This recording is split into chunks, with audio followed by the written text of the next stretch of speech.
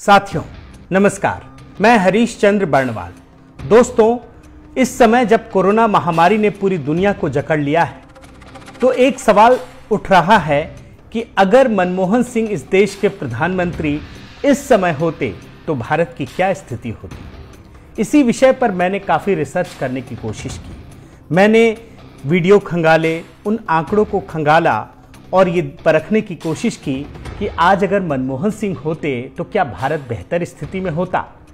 मैं अभी आपके सामने कुछ ग्राफिक्स वीडियो के जरिए ये बताने की कोशिश करूंगा। मैंने जो रिसर्च किया और मैंने जो पाया, साल 2009 में ऐसी ही एक महामारी ने पूरी दुनिया को जकड़ लिया था। उसका नाम था स्वाइन फ्लू। स्वाइन फ्लू से भारत ही नहीं, पूरी दुनिया का कोई भी देश अछूता नहीं था। उस समय जो मैंने देखा, 11 जून 2009 को वर्ल्ड हेल्थ ऑर्गेनाइजेशन ने इसे महामारी घोषित किया। महामारी घोषित करने के 3 महीने तक, यकीन मानिए 3 महीने तक भारत सरकार सोती रही। जब अगस्त 2009 में मरने वालों का आंकड़ा बढ़ने लगा, तब जाकर मनमोहन सरकार की नींद टूटी। आप ये पहले 2 वीडियो देखिए। I have therefore decided to raise the level of influenza pandemic alert from phase 5 to phase 6. The world is now at the start of the 2009 influenza pandemic. पिछले 36 घंटों में स्वाइन फ्लू ने एक के बाद एक 3 जानें ले ली। मामले की गंभीरता को देखते हुए अब प्रधानमंत्री कार्यालय खुद स्वाइन फ्लू पर नजर रखेगा। प्रधानमंत्री मनमोहन सिंह ने स्वास्थ्य मंत्री से कहा है कि वो खुद उन्हें रोज स्वाइन फ्लू की ताजा हालात की जानकारी दें। साथियों, अभी आपने 2 वीडियो देखे, ये दोनों 2009 के हैं। अब आप साल 2020 में आइए। इस समय कोरोना महामारी पूरी दुनिया को जकड़ चुकी है। आप ये जानकर आश्चर्य से भर जाएंगे कि इस बार हम सब जानते हैं कि 12 मार्च 2020 को उसी वर्ल्ड हेल्थ ऑर्गेनाइजेशन ने कोरोना को महामारी घोषित किया। लेकिन ये हम सब के लिए बहुत गर्व का विषय है कि भारत सरकार उससे 2 महीने पहले ही सक्रिय हो गई थी। 12 मार्च 2020 को महामारी घोषित हुई और 30 जनवरी 2020 को 2 महीने से भी अधिक समय पहले भारत सरकार ने अपने नागरिकों की वापसी शुरू कर दी थी। कुल मिलाकर भारत सरकार काफी सक्रिय हो चुकी थी। आप ये 2 वीडियो देखिए। We have therefore made the assessment that COVID-19 can be characterized as a pandemic. 370 भारतीय दिल्ली पहुंच चुके हैं चीन के वुहान शहर से एयर इंडिया के विमान के जरिए, और इन सभी को दिल्ली लेकर आया जा चुका है। इन 2 वीडियो से आपको समझ में आ गया होगा कि 2009 में और 2020 में स्थितियों में कितना फर्क है। मनमोहन सिंह सरकार कैसे वर्ल्ड हेल्थ ऑर्गेनाइजेशन के महामारी घोषित करने के बाद भी 3 महीने तक सोती रही, और प्रधानमंत्री मोदी की सरकार किस प्रकार वर्ल्ड हेल्थ ऑर्गेनाइजेशन से 2 महीने आगे चलती रही। अब आपको एक और वीडियो दिखाता हूं। इस वीडियो के जरिए ये आपको समझ में आएगा कि जब वर्ल्ड हेल्थ ऑर्गेनाइजेशन से 3 महीने पीछे चल रही मनमोहन सरकार सक्रिय होती है तो उस समय कैसे आपाधापी की स्थिति पैदा हो जाती है।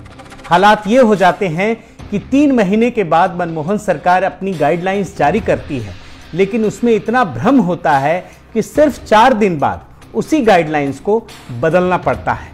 लेकिन मोदी सरकार में आइए तो यहां पर आपको पता चलेगा कि जब वर्ल्ड हेल्थ ऑर्गेनाइजेशन इसे पेंडेमिक घोषित करता है, उसके ठीक 2 महीने पहले मोदी सरकार ग्रुप ऑफ मिनिस्टर्स का गठन करती है, और ये GOM हर रोज बैठक करती है और रोज फैसले लेती है। देखिए ये 2 video. Well, the government today issued new guidelines to deal with swine flu. Let's just look at how this contrasts with the other guidelines issued just last week. The main difference seems to be that they say that hospitalization is not needed for testing. They say that no quarantine is required, home treatment is possible. Private hospitals are asked to ensure reporting of swine flu cases. Now, the guidelines for just last week said that for testing, you have to be hospitalized, no home isolation of positive cases. Prime Minister's Principal Secretary P.K. Mishra reviews the coronavirus preparedness and arrangements. A group of ministers chaired by Health Minister Harshvardhan has been monitoring the situation on a daily basis. साल 2009 का एक ऐसा video अब दिखाऊंगा जिससे आपको पता चलेगा कि उस समय स्थिति कितनी भयानक हो चुकी थी। जबकि हम सब जानते हैं कि कोरोना इस समय जिस रूप में है, जिस प्रकार की महामारी है, स्वाइन फ्लू उतनी बड़ी महामारी नहीं थी। लेकिन इसके बावजूद उस समय जब 3 महीने के बाद सरकार जागती है तो खुद हेल्थ मिनिस्टर उस समय गुलाम नबी आज़ाद थे, उनको ये कहना पड़ता है कि लोग अस्पतालों में ना जाएं, भीड़ ना लगाएं। उन्हें ये तक कहना पड़ता है कि एक एक जांच के लिए 10,000 रुपये लगते हैं, इसलिए कृपया आप अपने घर पे रहें, बेवजह अस्पतालों में ना आएं। लेकिन जो हेल्थ मिनिस्टर उस समय कहते हैं ठीक उसका उल्टा होता है। हेल्थ मिनिस्टर बना करते हैं लेकिन जनता पैनिक में होती है और अस्पतालों में लंबी लंबी लाइनें लग जाती हैं। साल 2009 का ये 2 वीडियो देखिए। उसमें एक टेस्ट करने को 10,000 रुपए लगे। तो जहां मैं एडवाइज करूंगा टेस्ट करें, वहां ये भी साथ बताना चाहूंगा कि हर खांसी जुकाम वाला टेस्ट करने में मत भागे, क्योंकि फिर न इतनी कैपेसिटी है, फिर असली जो बीमार होगा वो बाहर रहेगा और खांसी जुकाम वाला टेस्ट के लिए भागेगा। अस्पतालों के बाहर स्वाइन फ्लू की दहशत के मारे लोगों की लंबी लंबी कतारें लगी हैं। लेकिन इस वायरस से बचिए, क्योंकि ये आपको ही नहीं देश की स्वास्थ्य व्यवस्था को भी नुकसान पहुंचा रहा है। लिमिटेड सेंटर्स है हमारे पास और किट्स भी बहुत लिमिटेड है। अब इस वीडियो की तुलना आप आज के हालात से कीजिए। कोरोना को लेकर सरकार इतनी सतर्क है शुरू से ही कि उसका असर आपको देखने को मिलता है। आपको ध्यान होगा और हम लोग सब अभी इसके गवाह हैं कि प्रधानमंत्री मोदी ने एक अपील की। पहली बार कोरोना महामारी को लेकर उन्होंने अपील की कि हम लोग पूरा देश जनता कर्फ्यू लगाएं, और पूरी दुनिया ने देखा कि किस प्रकार भारत के 130 करोड़ लोगों ने इस जनता कर्फ्यू का पालन किया। खास बात यह है कि यह कोई कानूनी बाध्यता नहीं थी, ये स्वेच्छा से की जाने वाली चीज थी, लेकिन प्रधानमंत्री मोदी की इस अपील का पूरे भारत पर असर पड़ा। प्रत्येक देशवासी से एक और समर्थन मांग रहा हूं। ये है जनता कर्फ्यू। जनता कर्फ्यू यानी जनता के लिए, जनता द्वारा खुद पर लगाया गया कर्फ्यू। आज देश भर में जनता कर्फ्यू पर जो सन्नाटा है, जिस लड़ाई को हम अलग अलग रहकर मिलकर लड़ रहे हैं, उस लड़ाई की हर तस्वीर आपको इस स्क्रीन पर नजर आएगी। तो आपने देखा उस समय हेल्थ मिनिस्टर बार बार मना करते रहे, लेकिन लोग पैनिक में थे। इस बार प्रधानमंत्री ने सिर्फ एक अपील की और पूरा भारत उनकी बातों को मानने लगा।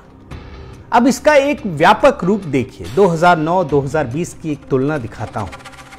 साल 2009 में जब स्थितियां सरकार की लापरवाही की वजह से बेकाबू हो गई, तो उस समय दवाइयों की भारी कमी हो गई। उस समय भारत को इन दवाइयों के लिए विदेशों पर निर्भर रहना पड़ता था। अमेरिका उस समय दाता था और भारत एक याचक की स्थिति में था। लेकिन आज वही स्थिति बदल चुकी है, और यह सिर्फ मोदी सरकार की वजह से आज अमेरिका, यूरोप, जितने बड़े देश हैं वो याचक की स्थिति में है, वो मांग रहे हैं, और भारत इस समय देने की स्थिति में है। ये कितना बड़ा फर्क है जो हम सब देशवासियों को गर्व से भर देता है। जरा ये वीडियो देखिए। जो ये किट्स आते हैं बाहर से आते हैं, अमेरिकन कंपनी से। एक ही कंपनी के पास पेटेंट है इन किट्स का, और हमारी गवर्नमेंट भी इंपोर्ट करती है इसे बाहर से। तो अननेसेसरली वो केओस हो जाता है, और जिन लोगों को एक्चुअली पे टेस्ट करने की जरूरत है शायद उन पे ना हो पाए, क्योंकि इतने ज्यादा लोग आ रहे, इतने प्रेशर हो रहा है, उससे ज्यादा पैनिक फैल रहा है। भारत सरकार ने यह फैसला लिया है कि वो तमाम पड़ोसी मुल्क जो हम पर निर्भर है उन्हें भी हम देंगे। इसके अलावा अमेरिका और कुछ ऐसे देश जो बुरी तरह से प्रभावित है, हम उन्हें भी देंगे। तो देखा आपने, ये वीडियो हमें और आपको गर्व से भर देने वाले हैं। अब आप इसके कंक्लूजन में आइए। उस समय मनमोहन सिंह की लापरवाहियों का एक सबसे बड़ा खामियाजा ये भुगतना पड़ा कि भारत में कम 1035 लोगों की जानें चली गई स्वाइन फ्लू से, जबकि आपको यह आश्चर्य होगा जानकर कि उस समय सिर्फ 10,193 लोग ही स्वाइन फ्लू से संक्रमित हुए थे। इसको अगर आंकड़ों में देखें तो पूरे विश्व में मरने वालों की संख्या, मरने वालों का प्रतिशत मात्र 0.8 था पूरी दुनिया में, जबकि भारत में मरने वालों का प्रतिशत 10% रहा। जरा आकलन कीजिए, पूरी दुनिया में मरने वालों का प्रतिशत 0.8 और भारत में 10%। और अब आप कोरोना महामारी से तुलना कीजिए। आज कोरोना की वजह से पूरी दुनिया में 16 लाख से भी ज्यादा लोग संक्रमित हो चुके हैं। पूरी दुनिया में 1 लाख के करीब लोग मारे जा चुके हैं, लेकिन भारत में सिर्फ चंद हजार लोग ही संक्रमित हुए हैं और 200 के करीब लोग मारे गए हैं। साथियों, कुल मिलाकर कहने का आशय यह है कि मनमोहन सिंह सरकार की तुलना मोदी सरकार से करना पूरी तरह से बेईमानी है। वो सरकार लापरवाहियों से भरी हुई थी। अगर उन दिनों की घटनाओं को देखें तो आप यकीन मानिए कि आज पूरे देश में हाहाकार जैसी स्थिति होती। पूरे देश में संक्रमित लोगों की संख्या वैश्विक एवरेज से ज्यादा होती, मरने वालों की संख्या वैश्विक एवरेज से ज्यादा होती। ये सिर्फ इस वजह से कह रहा हूं क्योंकि पुरानी घटनाओं में एक सिलसिलेवार ढंग से लापरवाहियां दिखती हैं, कोई जिम्मेदारी लेने को तैयार नहीं। लेकिन आज प्रधानमंत्री मोदी मोर्चे पर सबसे आगे डटे हैं। वो हर जिम्मेदारी को अपने हाथों में ले रहे हैं, हर गतिविधियों को वो खुद से मॉनिटर करते हैं। और यही वजह है कि आज देश में 21 दिनों के लॉकडाउन के बाद भी ऐसी कोई पैनिक की स्थिति नहीं है, वरना उस समय खाने पीने दवाइयों की भारी किल्लत हो गई होती। मुझे उम्मीद है कि आपको इस वीडियो से मनमोहन सिंह की सरकार और मोदी सरकार की कार्यशैली के बीच का फर्क पता चला होगा। बहुत बहुत धन्यवाद।